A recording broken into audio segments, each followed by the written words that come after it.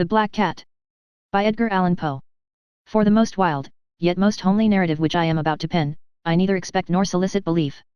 Mad indeed would I be to expect it, in a case where my very senses reject their own evidence. Yet, mad am I not, and very surely do I not dream. But tomorrow I die, and today I would unburthen my soul. My immediate purpose is to place before the world, plainly, succinctly, and without comment, a series of mere household events. In their consequences, these events have terrified, have tortured, have destroyed me. Yet I will not attempt to expound them. To me, they have presented little but horror, to many they will seem less terrible than baroques.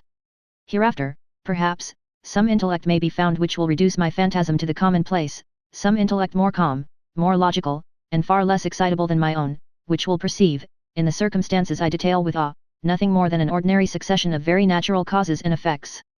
From my infancy I was noted for the docility and humanity of my disposition. My tenderness of heart was even so conspicuous as to make me the jest of my companions. I was especially fond of animals, and was indulged by my parents with a great variety of pets. With these I spent most of my time, and never was so happy as when feeding and caressing them. This peculiarity of character grew with my growth, and in my manhood, I derived from it one of my principal sources of pleasure. To those who have cherished an affection for a faithful and sagacious dog, I need hardly be at the trouble of explaining the nature or the intensity of the gratification thus derivable. There is something in the unselfish and self-sacrificing love of a brute, which goes directly to the heart of him who has had frequent occasion to test the paltry friendship and gossamer fidelity of mere man. I married early, and was happy to find in my wife a disposition not uncongenial with my own. Observing my partiality for domestic pets, she lost no opportunity of procuring those of the most agreeable kind. We had birds, goldfish, a fine dog, rabbits, a small monkey, and a cat. This latter was a remarkably large and beautiful animal, entirely black, and sagacious to an astonishing degree. In speaking of his intelligence, my wife, who at heart was not a little tinctured with superstition, made frequent allusion to the ancient popular notion, which regarded all black cats as witches in disguise. Not that she was ever serious upon this point, and I mention the matter at all for no better reason than that it happens, just now, to be remembered. Pluto, this was the cat's name, was my favorite pet and playmate. I alone fed him, and he attended me wherever I went about the house. It was even with difficulty that I could prevent him from following me through the streets. Our friendship lasted, in this manner, for several years, during which my general temperament and character, through the instrumentality of the fiend intemperance, had, I blush to confess it, experienced a radical alteration for the worse. I grew, day by day, more moody, more irritable, more regardless of the feelings of others. I suffered myself to use intemperate language to my wife. At length, I even offered her personal violence. My pets, of course, were made to feel the change in my disposition. I not only neglected, but ill-used them. For Pluto, however, I still retained sufficient regard to restrain me from maltreating him, as I made no scruple of maltreating the rabbits, the monkey, or even the dog, when by accident, or through affection, they came in my way. But my disease grew upon me, for what disease is like alcohol, and at length even Pluto, who was now becoming old, and consequently somewhat peevish, even Pluto began to experience the effects of my ill temper. One night, returning home, much intoxicated, from one of my haunts about town, I fancied that the cat avoided my presence. I seized him, when, in his fright at my violence, he inflicted a slight wound upon my hand with his teeth. The fury of a demon instantly possessed me. I knew myself no longer. My original soul seemed, at once, to take its flight from my body in a more than fiendish malevolence, gin-nurtured, thrilled every fibre of my frame. I took from my waistcoat pocket a penknife, opened it, grasped the poor beast by the throat, and deliberately cut one of its eyes from the socket. I blush, I burn, I shudder, while I pen the damnable atrocity. When reason returned with the morning, when I had slept off the fumes of the night's debauch, I experienced a sentiment half of horror, half of remorse, for the crime of which I had been guilty, but it was, at best, a feeble and equivocal feeling, and the soul remained untouched. I again plunged into excess, and soon drowned in wine all memory of the deed. In the meantime the cat slowly recovered. The socket of the lost eye presented, it is true, a frightful appearance, but he no longer appeared to suffer any pain. He went about the house as usual, but, as might be expected, fled in extreme terror at my approach. I had so much of my old heart left, as to be at first grieved by this evident dislike on the part of a creature which had once so loved me. But this feeling soon gave place to irritation. And then came, as if to my final and irrevocable overthrow, the spirit of perverseness. Of this spirit philosophy takes no account.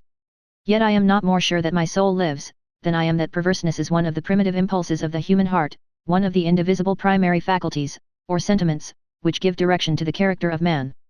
Who has not, 100 times, found himself committing a vile or a silly action, for no other reason than because he knows he should not.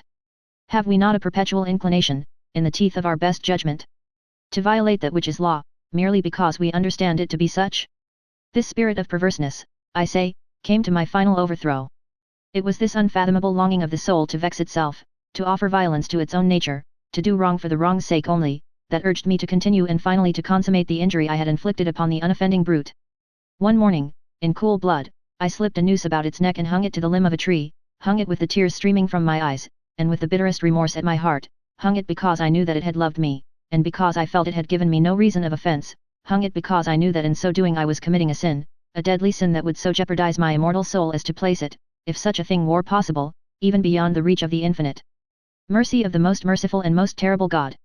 On the night of the day on which this cruel deed was done, I was aroused from sleep by the cry of fire. The curtains of my bed were in flames. The whole house was blazing. It was with great difficulty that my wife, a servant, and myself, made our escape from the conflagration. The destruction was complete. My entire worldly wealth was swallowed up, and I resigned myself thenceforward to despair. I am above the weakness of seeking to establish a sequence of cause and effect, between the disaster and the atrocity. But I am detailing a chain of facts, and wish not to leave even a possible link imperfect. On the day succeeding the fire, I visited the ruins. The walls, with one exception, had fallen in. This exception was found in a compartment wall, not very thick, which stood about the middle of the house, and against which had rested the head of my bed. The plastering had here, in great measure, resisted the action of the fire, a fact which I attributed to its having been recently spread. About this wall a dense crowd were collected, and many persons seemed to be examining a particular portion of it with very minute and eager attention. The words strange, singular, and other similar expressions, excited my curiosity. I approached and saw, as if graven in bas relief upon the white surface, the figure of a gigantic cat. The impression was given with an accuracy truly marvelous. There was a rope about the animal's neck. When I first beheld this apparition, for I could scarcely regard it as less, my wonder and my terror were extreme. But at length reflection came to my aid. The cat, I remembered, had been hung in a garden adjacent to the house. Upon the alarm of fire, this garden had been immediately filled by the crowd, by some one of whom the animal must have been cut from the tree and thrown, through an open window, into my chamber. This had probably been done with the view of arousing me from sleep. The falling of other walls had compressed the victim of my cruelty into the substance of the freshly spread plaster, the lime of which, with the flames, and the ammonia from the carcass, had then accomplished the portraiture as I saw it. Although I thus readily accounted to my reason, if not altogether to my conscience, for the startling fact just detailed, it did not the less fail to make a deep impression upon my fancy. For months I could not rid myself of the phantasm of the cat, and, during this period, there came back into my spirit a half-sentiment that seemed, but was not, remorse.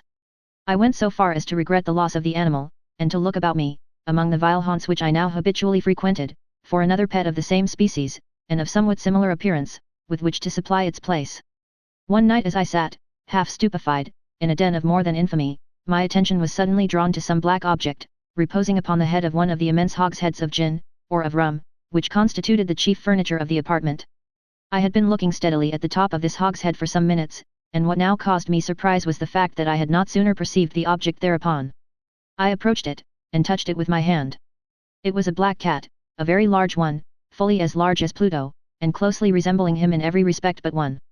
Pluto had not a white hair upon any portion of his body, but this cat had a large, although indefinite splotch of white, covering nearly the whole region of the breast. Upon my touching him, he immediately arose, purred loudly, rubbed against my hand, and appeared delighted with my notice. This, then, was the very creature of which I was in search. I at once offered to purchase it of the landlord, but this person made no claim to it. Knew nothing of it, had never seen it before. I continued my caresses, and, when I prepared to go home, the animal evinced a disposition to accompany me. I permitted it to do so, occasionally stooping and patting it as I proceeded. When it reached the house it domesticated itself at once, and became immediately a great favorite with my wife. For my own part, I soon found a dislike to it arising within me. This was just the reverse of what I had anticipated, but, I know not how or why it was, its evident fondness for myself rather disgusted and annoyed. By slow degrees, these feelings of disgust and annoyance rose into the bitterness of hatred. I avoided the creature, a certain sense of shame, and the remembrance of my former deed of cruelty, preventing me from physically abusing it. I did not, for some weeks, strike or otherwise violently ill-use it, but gradually, very gradually, I came to look upon it with unutterable loathing, and to flee silently from its odious presence, as from the breath of a pestilence. What added, no doubt, to my hatred of the beast, was the discovery, on the morning after I brought it home, that, like Pluto, it also had been deprived of one of its eyes. This circumstance, however, only endeared it to my wife, who, as I have already said, possessed, in a high degree, that humanity of feeling which had once been my distinguishing trait, and the source of many of my simplest and purest pleasures. With my aversion to this cat, however, its partiality for myself seemed to increase. It followed my footsteps with a pertinacity which it would be difficult to make the reader comprehend. Whenever I sat, it would crouch beneath my chair, or spring upon my knees, covering me with its loathsome caresses. If I arose to walk it would get between my feet and thus nearly throw me down, or, fastening its long and sharp claws in my dress, clamber, in this manner, to my breast. At such times, although I longed to destroy it with a blow, I was yet withheld from so doing, partly by a memory of my former crime, but chiefly, let me confess it at once, by absolute dread of the beast. This dread was not exactly a dread of physical evil, and yet I should be at a loss how otherwise to define it. I am almost ashamed to own, yes, even in this felon's cell, I am almost ashamed to own, that the terror and horror with which the animal inspired me, had been heightened by one of the merest chimeras it would be possible to conceive. My wife had called my attention, more than once, to the character of the mark of white hair, of which I have spoken, and which constituted the sole visible difference between the strange beast and the one I had destroyed. The reader will remember that this mark, although large, had been originally very indefinite, but, by slow degrees nearly imperceptible, and which for a long time my reason struggled to reject as fanciful, it had, at length, assumed a rigorous distinctness of outline. It was now the representation of an object that I shudder to name, and for this, above all, I loathed, and dreaded, and would have rid myself of the monster had I dared. It was now, I say, the image of a hideous, of a ghastly thing, of the gallows, oh, mournful and terrible engine of horror and of crime, of agony and of death. And now was I indeed wretched beyond the wretchedness of mere humanity. And a brute beast, whose fellow I had contemptuously destroyed, a brute beast to work out for me a man, fashioned in the image of the high God, so much of insufferable woe. Alas! Neither by day nor by night knew I the blessing of rest any more. During the former the creature left me no moment alone, and in the latter I started hourly from dreams of unutterable fear to find the hot breath of the thing upon my face, and its vast weight, an incarnate nightmare that I had no power to shake off, incumbent eternally upon my heart. Beneath the pressure of torments such as these, the feeble remnant of the good within me succumbed. Evil thoughts became my sole intimates, the darkest and most evil of thoughts. The moodiness of my usual temper increased to hatred of all things and of all mankind, while, from the sudden, frequent and ungovernable outbursts of a fury to which I now blindly abandoned myself, my uncomplaining wife, alas, was the most usual and the most patient of sufferers. One day she accompanied me, upon some household errand, into the cellar of the old building which our poverty compelled us to inhabit. The cat followed me down the steep stairs, and, nearly throwing me headlong, exasperated me to madness. Uplifting an axe, and forgetting, in my wrath, the childish dread which had hitherto stayed my hand, I aimed a blow at the animal which, of course, would have proved instantly fatal had it descended as I wished. But this blow was arrested by the hand of my wife. Goaded, by the interference, into a rage more than demoniacal, I withdrew my arm from her grasp and buried the axe in her brain. She fell dead upon the spot, without a groan. This hideous murder accomplished, I set myself forthwith, and with entire deliberation, to the task of concealing the body. I knew that I could not remove it from the house, either by day or by night, without the risk of being observed by the neighbors. Many projects entered my mind. At one period I thought of cutting the corpse into minute fragments, and destroying them by fire. At another, I resolved to dig a grave for it in the floor of the cellar. Again, I deliberated about casting it in the well in the yard, about packing it in a box, as if merchandise, with the usual arrangements, and so getting a porter to take it from the house. Finally I hit upon what I considered a far better expedient than either of these. I determined to wall it up in the cellar, as the monks of the Middle Ages are recorded to have walled up their victims. For a purpose such as this the cellar was well adapted. Its walls were loosely constructed, and had lately been plastered throughout with a rough plaster, which the dampness of the atmosphere had prevented from hardening. Moreover, in one of the walls was a projection, caused by a false chimney, or fireplace, that had been filled up, and made to resemble the red of the cellar. I made no doubt that I could readily displace the bricks at this point, insert the corpse, and wall the whole up as before, so that no eye could detect anything suspicious. And in this calculation I was not deceived. By means of a crowbar I easily dislodged the bricks, and, having carefully deposited the body against the inner wall, I propped it in that position, while, with little trouble, I relaid the whole structure as it originally stood. Having procured mortar, sand, and hair, with every possible precaution, I prepared a plaster which could not be distinguished from the old. And with this I very carefully went over the new brickwork. When I had finished, I felt satisfied that all was right. The wall did not present the slightest appearance of having been disturbed. The rubbish on the floor was picked up with the minutest care. I looked around triumphantly, and said to myself, here at least, then, my labor has not been in vain. My next step was to look for the beast which had been the cause of so much wretchedness, for I had, at length, firmly resolved to put it to death. Had I been able to meet with it, at the moment, there could have been no doubt of its fate, but it appeared that the crafty animal had been alarmed at the violence of my previous anger, and forbore to present itself in my present mood. It is impossible to describe, or to imagine, the deep, the blissful sense of relief which the absence of the detested creature occasioned in my bosom. It did not make its appearance during the night, and thus for one night at least, since its introduction into the house, I soundly and tranquilly slept. I slept even with the burden of murder upon my soul. The second and the third day passed, and still my tormentor came not. Once again I breathed as a freeman. The monster, in terror, had fled the premises forever. I should behold it no more. My happiness was supreme. The guilt of my dark deed disturbed me but little. Some few inquiries had been made, but these had been readily answered. Even a search had been instituted, but of course nothing was to be discovered. I looked upon my future felicity as secured.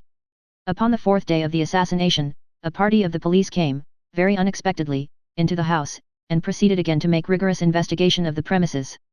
Secure, however, in the inscrutability of my place of concealment, I felt no embarrassment whatever. The officers bade me accompany them in their search. They left no nook or corner unexplored. At length, for the third or fourth time, they descended into the cellar. I quivered not in a muscle. My heart beat calmly as that of one who slumbers in innocence. I walked the cellar from end to end. I folded my arms upon my bosom, and roamed easily to and fro. The police were thoroughly satisfied and prepared to depart. The glee at my heart was too strong to be restrained.